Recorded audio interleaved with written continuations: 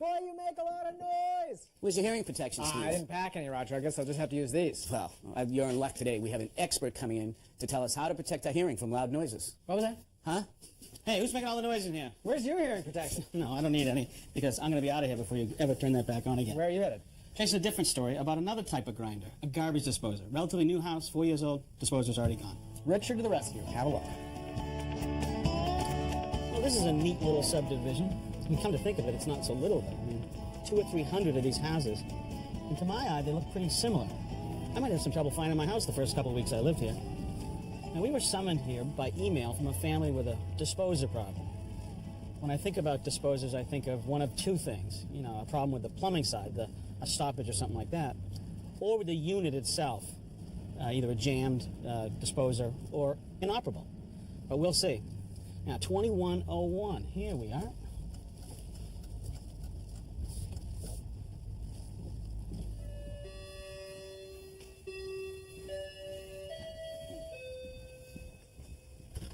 Hello, I'm Richard Trethewey, Ask Thistle House. Oh, hi, I'm Dave Skeen. It's great to have you guys here. Thanks so much for coming. To be here.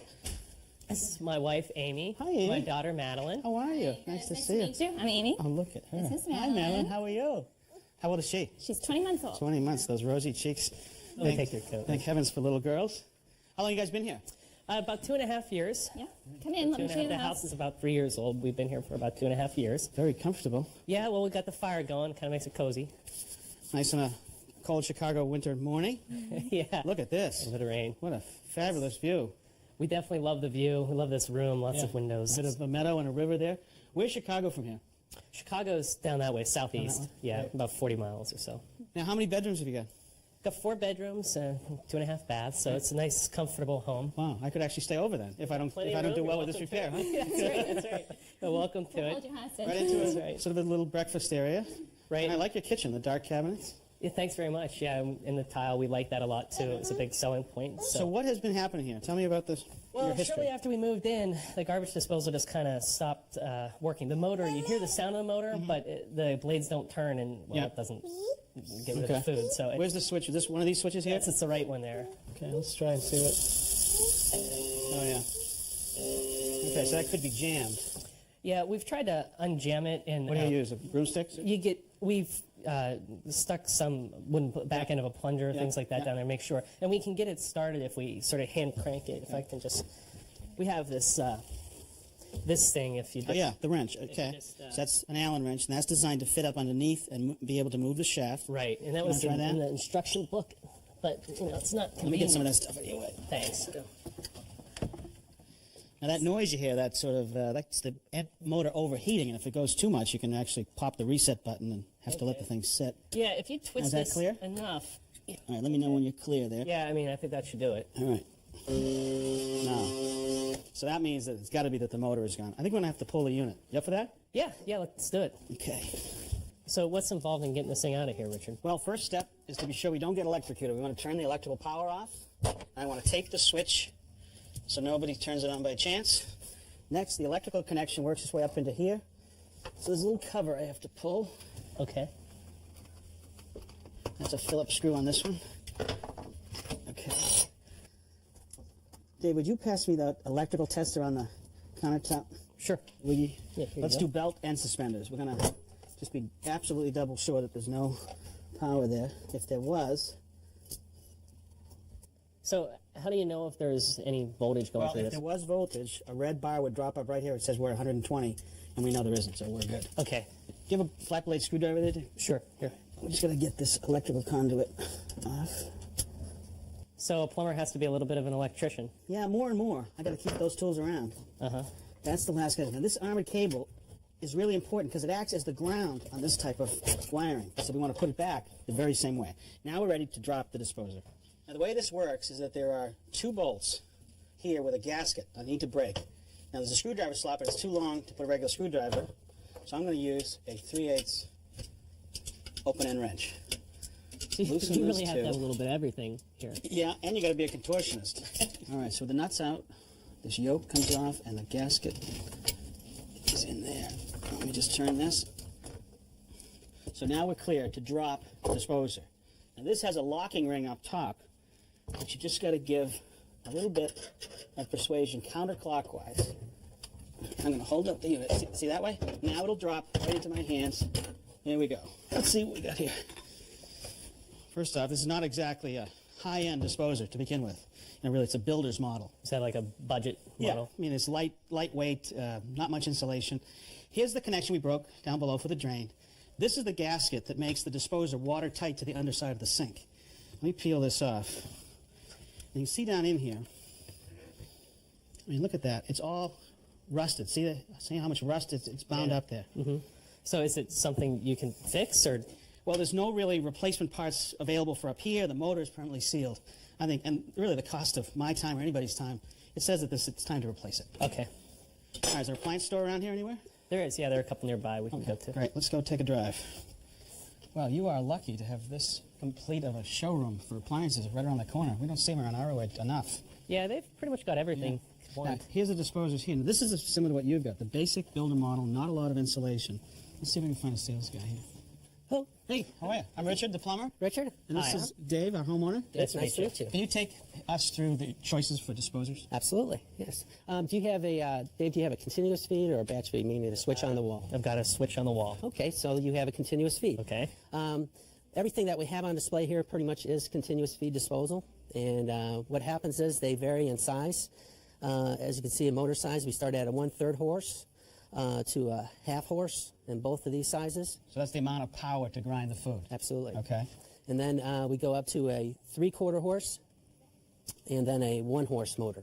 And as you can see, they also get added insulation to aid in the quietness. Right. Any of them have that auto-reversing thing? Yeah, actually this one has that feature. These two. What is that? What's auto reverse do? Auto reverse is if we have the soil or the product inside the disposal and it grinds and it locks up, it will automatically go in reverse and unlock itself automatically. You don't need to turn it on and off. You don't have to put the broom handle in there or anything like that. It won't have to. Does it automatically. How about price point? What do you got? What's the range? Well, price point, they range from like $69 at this piece, and then you go up to like $119, and then this one's $129, and then $159, and then $259. Okay. So what do you recommend? I would recommend this piece, the 3/4 horse. It's good size. Mm-hmm. It's got good insulation to help aid in the quietness. It also has an added feature where it's stainless steel on the inside, so it'll prevent any corrosion. If you have we have is all corroded. Rust, so this will help you in that scenario. And then that auto reverse anti-jam feature. What do you think? Sounds like a winner to me. You got one in stock? Absolutely. Right, let's take it. Okay. Okay, looks like they shipped everything. Our first step is to install this, but I have to get the old one out of the existing sink first. So I got to dive under there. It's 3 screws. Now these screws push up against the underside of the sink. Let me just loosen them. There's 1. There's 2. And there's 3. Okay, with them loosened, now there's a locking ring that I need to pry down. There it is. And now the whole piece will disassemble. 1, 2, 3.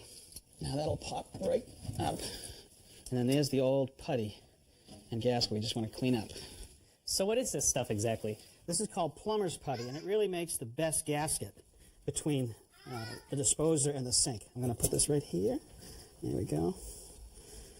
And then I want to just push it down and squeeze it out.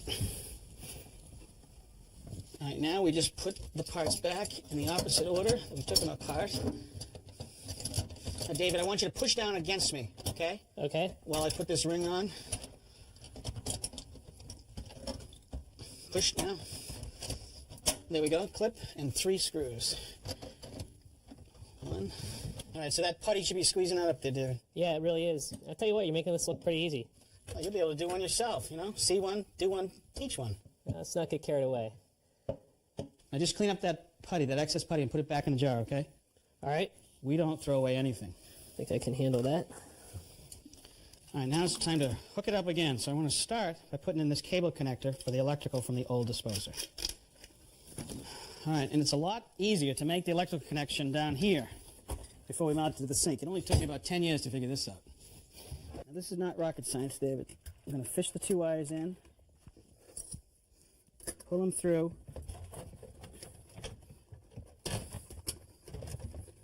then make the armored cable here and dog it down. Now, this is an important connection because it's the ground, and it makes the electricity safe. Now, for wires coming out of the unit, we've got a black and a white. Coming out of the wall, we have a blue and a white. Now, white is always common, so that they'll go together. And this wire coming out of the wall could be blue, could be black, could be red. That's the hot. White to white and black and blue together. To make the connection, I'm going to twist these clockwise. Let me get it started. Yeah, with a good stout pair of pliers. Now the wire nut wants to also go clockwise. And as you tighten it, it makes a good tight connection. Oh, that's a great tip. Electricity definitely makes me nervous. These tips really help. Yeah, you got to be careful. So with those connections made, we tuck them in here. There's a little trap door. It goes back over. We tighten it up. And we just got to mount it and connect the drain. Now we position the disposer up there. Against there. The bottom. Now, this is all done by feel, isn't it? You can't really see up in there. Yeah, you line up the gasket, and then there's a locking ring that I push this way. And then I want to really snug it up so it doesn't vibrate off. So I put a screwdriver here, snug it the rest of the way. Done. Now this is the tailpiece for the disposer. It has this rubber gasket, it has to be mounted. And this comes in different lengths. If it was too short, you need a longer one, or too long, you have to cut it. But we lined up pretty good here. There we go. Make up this connection at the bottom. And then the last connection is this flange that you hook at the bottom, and then there's a bolt at the top, and you dog it down, and you got a tight connection. All right, that one's on. Let's run some water and give it a test. All right. Pull that tape. Yeah, go. Here we go. Hey, Nice. not great? So quiet. It's so much Let's get quieter, some food too. down there. Let's try it. All right. There we go. Wow, this is great. It's See? quiet and it works. See how handy I am, Amy? Yeah. Richard, thank you so much. That was amazing. Thank you. You know, there's like 250 more houses in the subdivision. I think maybe I should put a sign out front. Probably fix all theirs, too. They all got the builder special. Oh, you want to go into a little sidelight business here? I could do. You think I'm ready Dave for it now? Disposers. Absolutely. Well, I don't know. Maybe I'll have to pay the mortgage. Yeah, I hope so. I need it. Well, we're going to head back. Okay, thank you so much. Bye, We Maddie. really, really appreciate it. Thanks a lot, This is Richard. great. See ya. We'll see you later. Bye. Bye-bye. Thank you. And now, it's time for What Is It? All right? You are never, ever, ever going to guess this one, boys. I don't care if we're here all day. come on. You'll never guess. Come on. We're That's home easy. early, Simple, guys. simple. You're going to see this on The Sopranos next year. Yeah? Remember the old brass knuckles, how cumbersome they were? Put this in your pocket, you now got a stainless steel thumb. You just walk up to the guy, give him a shot right in the ribs. Like an Oh, you ally. were so violent, right? No, got to be prepared. A mean landscaper. That's right. All right.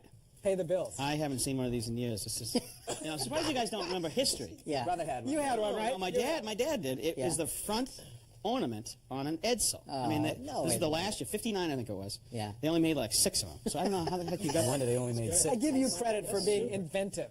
inventive. Yeah. Yeah. The Italian government is very particular about the size of pasta. So they issue one of these to every shop and factory that produces pasta to make sure that each piece of pasta is the regulation size. This would be cannelloni, and this would be capellini di pasta. That's what it's for. Sort of a pastometer. A pastometer, exactly. Actually, what this is a drywall lift. You take a heavy sheet of drywall. He doesn't know what it is, does he? Yes, I do. Heavy sheet of drywall. This goes on the floor. You push this down with your toe. The sheet rests on that. Yeah. And you simply press it. It lifts Oh, it up cool. nice and tight, and Yeah. you drive your screws in. Left or right foot? Work? Left or right, works either Yeah, way. great. It's also a rasp to clean off that cut edge, makes it nice and straight. But what are the holes for, Tom? It keeps it light. It fits right in your nail pouch. Doesn't take up a lot of space. The guys carries this around all day. They get heavy. I think it's a pastometer.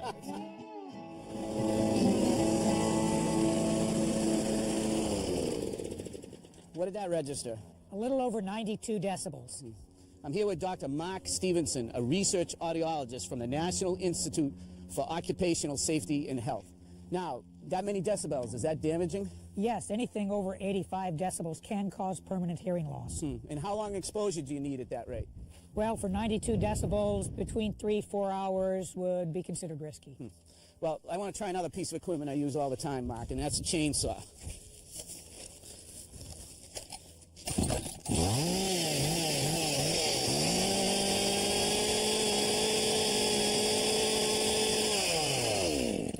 What was that up to? That was 107 decibels. In exposure time? Well, you wouldn't want to be exposed to that at all unless you were wearing hearing protectors. Is that right? Absolutely. One more tool I use a lot.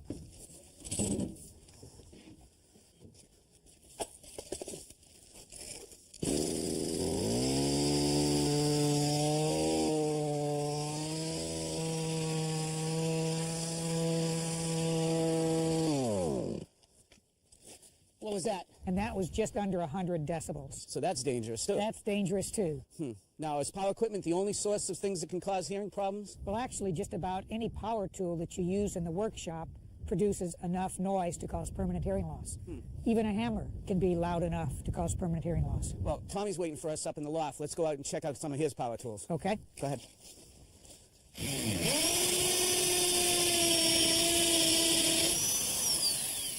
Okay, Mark, what did that measure? That was about 106 decibels. Well, that sounds high. Well, that's high enough to cause permanent hearing loss over time. Yeah, but when you say permanent, it's going to come back eventually. Well, eventually, it will not come back. Permanent means just that. Kind of scary. All right. Well, I drive nails a lot with a hammer. This can't be too bad. Are you ready to measure this one? Let's find out. All right. That was 131 decibels. That was higher. Yes, it was. But that can't be as bad as like a chainsaw, which is a continuous noise. That's sort of intermittent. Well, actually, that type of noise is called an impulsive sound. And impulsive sounds are more dangerous than continuous type sounds. Why is that? It has to do with the way the ear processes impulse sounds that makes them so dangerous. Well, talk about impulse. I've got an air gun. We use these a lot. Let's measure this. Okay? You ready? Sure. That's not too bad. Well, that was 125 decibels. Wow. That really surprises me. You know, one of the reasons why I don't like wearing these, though, they're, you know, you can never find one that really fits right. They all feel uncomfortable. Some of them are too tight. They're too hot. I mean, now, I'm going to wear these, right? For example, are these as good as something that I would put in my ear? Well, actually, the best hearing protector is the one that's worn. There are over 300 different hearing protectors out there, and some will be comfortable for one person and uncomfortable for another, just like shoes. Yeah. So the important thing is to try different hearing protectors and find one that's comfortable and convenient for you to use and wear it whenever you're using power tools. Yeah, well, is there a trick to putting these earplugs in your ear? Good question. You never keep them in. Well, actually, it's very important to read the instructions that are on the package. Follow the manufacturer's instructions for fitting them. Not only will they work better, but they're more likely to be comfortable. All right, well, I'm a woodworker. And if I find that if I'm wearing earmuffs or earplugs and I have them in so tight that I can't hear anything, and I'm using my saw and someone comes up and says something to me and I couldn't hear them, so now they yell at me and now I'm startled. I could jerk the saw, I could cut myself, I could get hurt. So why wear them? Well, if you don't wear them, you will get a hearing loss, and then you won't hear them anyway. Yeah. But if it's important for you to be able to hear other people talking, Well, I think it is. try something like this. All right. Now, Well, these what good are have- these? I can hear you as clear as a bell. Right, right. These have a built-in microphone, and that microphone lets you hear me while I'm talking to Yeah, you. well, where's the noise protection? Well, those microphones are designed so that they cut out whenever the noise reaches a hazardous level, Yeah. and then the earmuffs work to protect your hearing. Well, I'm going to try my drill. Not Sure. that I doubt you, Mark, but let me try it. They do work. They got to be expensive. Oh, that's so high tech. Those got to be big bucks. Well, these run about $200. Yeah. Well, A lot less than a hearing aid. Less than a hearing aid. well, there's a lot to think about here, Mark. And I guess we ought to start wearing our ear protection. Just remember, the best hearing protector is the one that's worn. Okay, Mark. Thanks a lot. My pleasure. Well, there is no shortage of mail. It's unbelievable. You got anything good? I like this one. Our home's about a year old. Last week I noticed dark, wet spots on the attic walls. Further investigation, I have puddles on the attic floor and the insulation's totally soaked. My contractor tells me this is normal. I don't know if I believe him. What do I do? I think you find a new contractor. I don't know. Well, here's one for Tom. Hey, Tom. Yeah, what's up? So remember that story you did a couple of weeks ago about vermin proofing under a deck? Yeah, under a side porch. I put a screen up. I cut a hole in it, put a one-way gate in it, so if there was a critter under there, he could get out but couldn't get back in. So Phil from South Dakota writes, I couldn't believe all the extra work to let the critter escape from under the porch. So where's it supposed to go? To the neighbor's house? I just shoot him, poison him, or club him. That's life in the real world. That's a little hard, Phil. I don't think it would play around here. Nice try. So, folks, it doesn't really matter how wacky your question is. Send it in, and we'll try to get to it. Until next time, I'm Steve Thomas. I'm Rich Trethewey. I'm Tom Silva. And I'm Roger Click. For Ask This Old House. Here's one for you, Roger. Here's a kid who wants to put a putting green. Email your questions to our online address, asktoh@pbs.org, or write to us, care of This Old House Magazine, 1185 Avenue of the Americas, New York, New York, 10036. And thanks.